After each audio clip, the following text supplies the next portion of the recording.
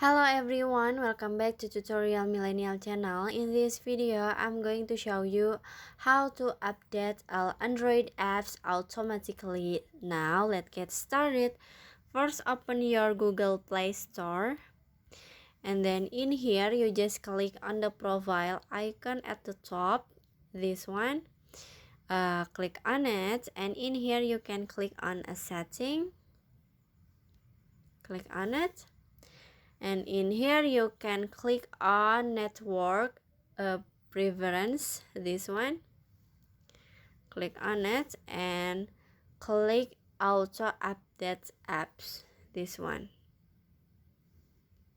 Click on it, and in here you can select an option over any network to update apps using either Wi-Fi or mobile data.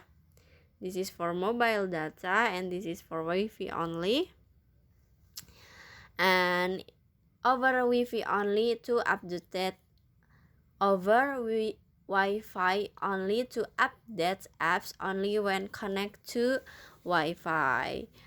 And then if an account on your device has a sign-in error, apps may not update automatically. So that's how to update all Android apps automatically.